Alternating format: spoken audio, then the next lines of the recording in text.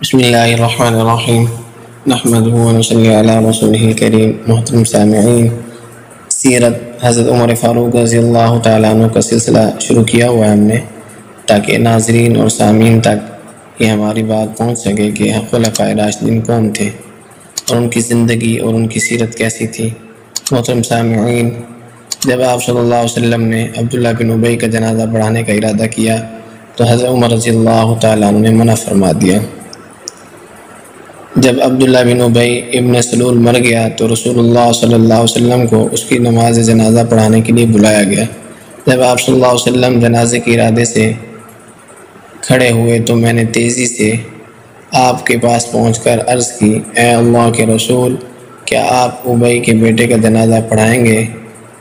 جبکہ اس نے تو فلاں دن یہ کہا اور فلاں موقع پر یہ سازش کی، اور میں آپ صلی اللہ علیہ وسلم کے سامنے اس کے کفر کی باتیں شمار کرنے لگا، لیکن رسول اللہ صلی اللہ علیہ وسلم میری باتیں سن کر مسکرا دی اور فرمایا، عمر پیچھے ہٹو۔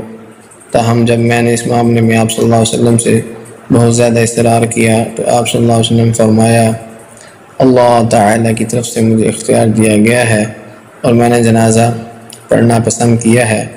اگر مجھے پتہ چل جائے کہ میرے 70 مرتبہ سے زیادہ دعا کرنے سے اللہ تعالیٰ اسے بخش دے گا تو میں 70 مرتبہ سے زیادہ اس کے لیے دعا کروں۔ الغرض رسول اللہ صلی اللہ علیہ وسلم نے اس کی نماز جنازہ پڑھی۔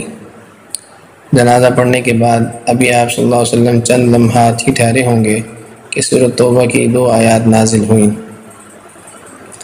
جن میں سے ایک یہ ہے، بسم اللہ الرحمن الرحیم وَلَا تُصَلِّ عَلَىٰ أَحَدٍ مِّنْهُمْ مَاتَ